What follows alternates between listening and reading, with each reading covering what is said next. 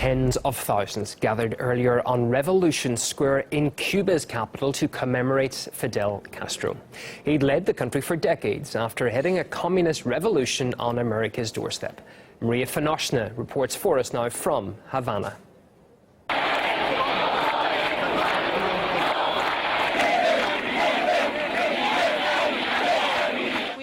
Very middle of the massive gathering here in the center of Havana, Cuba, at the Revolution Square, where people, many people, as you can see, have come for Fidel Castro memorial service.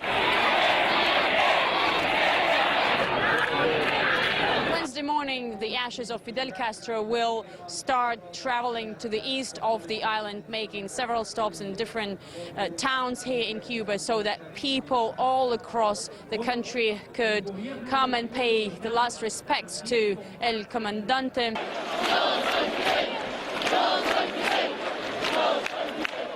We have to thank Fidel for everything we have. We need to pay him a tribute, because thanks to him, we became who we are now. Fidel gave us education. He helped us. He always worried about the fate of the people and the whole world. My heart aches. I don't know why, but I never thought this day would come in my lifetime. The reason why I'm here is because he has been our guide for all our lives. We brought our child with us because eventually, when he's able to understand, we will explain him how important Fidel was for Cuba and the whole world.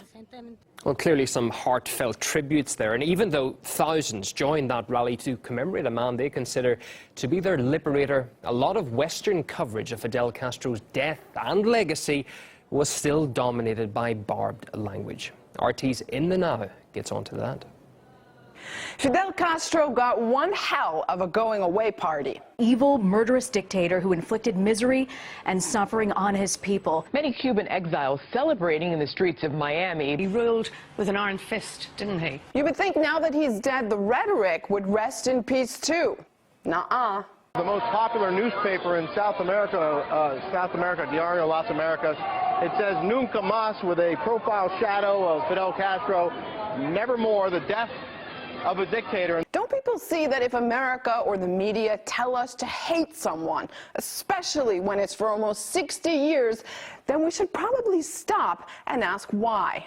Castro was loathed by millions, but we barely hear about the millions and millions who loved him, and why. The older generation tend to see him as a hero of the revolution.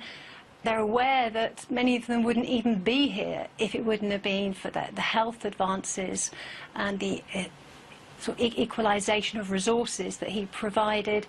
It's mostly, I think, the newer generation who were born under the special period when it was chronically poor with the embargo, Soviet withdrawal of funds, and some of them blame Fidel Castro for the hardships they went through, but some of them blame the US embargo. Most Americans will never know that. Castro was and will be a dictator. America won this battle, at least at home. Going beyond the headlines, going underground is next on RT International, but on air in Britain and Ireland, we continue the story of a man who lost everything in the financial crisis and returned to his home village in a search for answers.